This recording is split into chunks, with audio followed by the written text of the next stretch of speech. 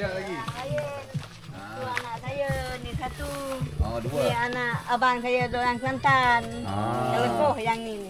Ni lah baru balik dekat Oh, duduk jauh Kelantan. Jauh lah terus aku ikut darat.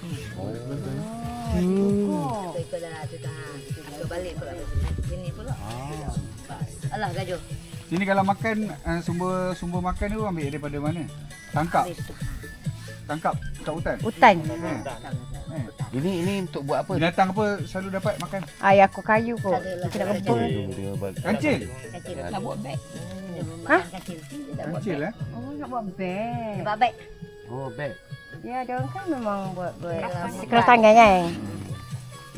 Sejuk lah atap ni. Sejuk lah. Kan? Betul lah boleh duduk tengah hari. Ha. Kan? Duduk. Itu. Tak payah kipas.